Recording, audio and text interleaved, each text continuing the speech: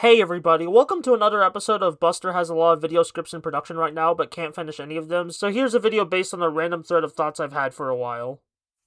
So, the animation studio and YouTube channel Glitch Productions is fairly huge right now, kinda towing the line between indie animation and major studios. We could talk about their output and history some other day, but for now I want to focus on one of the more controversial aspects of their business strategy, the merchandising.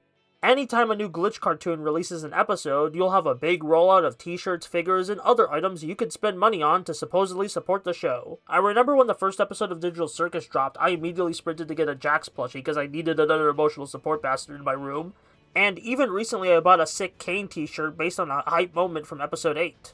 Now, some people have made cynical observations that certain scenes in Glitch shows could just be made to sell merch of the characters with a new outfit.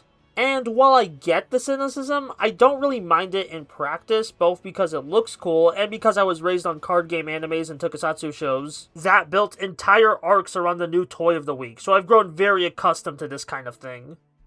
And even then, just because something was made with the intention of selling you a toy doesn't mean it's the death of art automatically. You could tell great stories while selling you a toy. It can happen. Plus, as a guy who just likes toys in general, after so long of seeing 2010s cartoons I loved, either getting dogshit toy lines that don't even last a full year, or getting Funko Pops at the maximum, I like seeing some popular animated shows in the 2020s. Unfortunately, a lot of big studios are still getting cold feet about making toys and shirts of their cartoons. Hell, it took half a year to get decent K-pop Demon Hunters merchandise despite it being one of the most popular animated films of last year. Back to Glitch, we must acknowledge that despite calling the company indie, it was founded on a bunch of sponsorships from bigger companies and a decade of SMG4 videos, so their huge size and popularity is the exception, not the rule, to indie animation at the moment. As much as I love every scrappy indie creator to be able to offer the style of merchandise Glitch does and the quality and quantity they do, it's simply not feasible with the amount of infrastructure they've built around the store. You have to stick to limited run makeshift crowdfunds to even get one plushie of one character from an indie cartoon.